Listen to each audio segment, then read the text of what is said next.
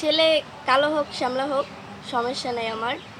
আমি শুধু চাই যে ছেলে ৫ ওয়াক্ত নামাজ পড়ুক, ধার্মিক ছেলে হোক। সুপ্রিয় দর্শক, এই মুহূর্তে আমি আশার কাছে। আশার বাবা রিক্সা চালায়। সে একটা দরিদ্র পরিবারের মেয়ে। আশা পড়াশোনা করছে, অনেক মেধাবী স্টুডেন্ট। সে অনার্স ফার্স্ট ইয়ারে উঠেছে।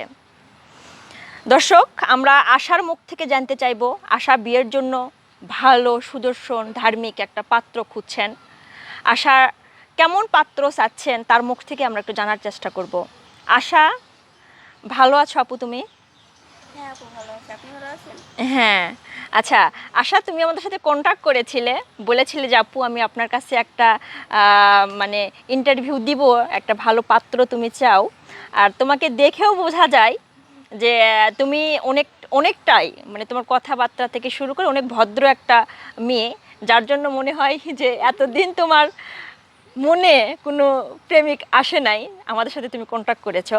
তো যাই হোক আশা, তুমি কেমন পাত্র চাও? পাত্র বলতে আসলে সবার আগে তো পাত্র নামাজ পড়া চাই।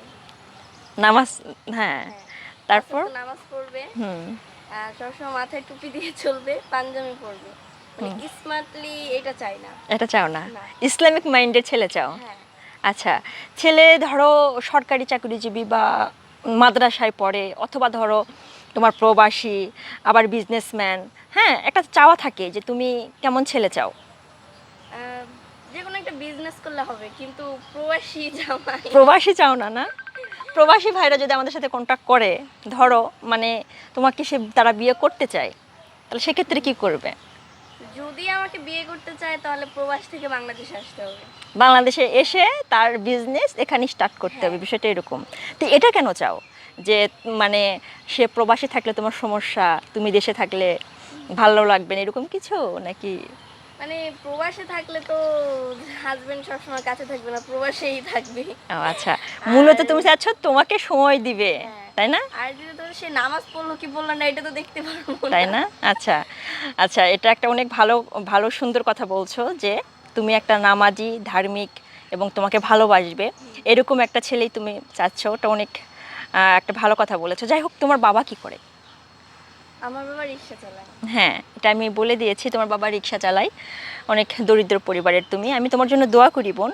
আমার আর একটা প্রশ্ন তোমার কাছে, যে তুমি তো পড়াশোনা করছো, তুমি বিয়ের পর তুমি কি চাকরি করবে বা এরকম কোনো কিছু? তোমার হাজবেন্ড যদি করায় তাহলে তুমি করবে, যেহেতু তুমি মেধাবী, তোমার সামনে ফিউচার আছে। আসলে বিয়ের পর ইচ্ছা আছে যে চাকরি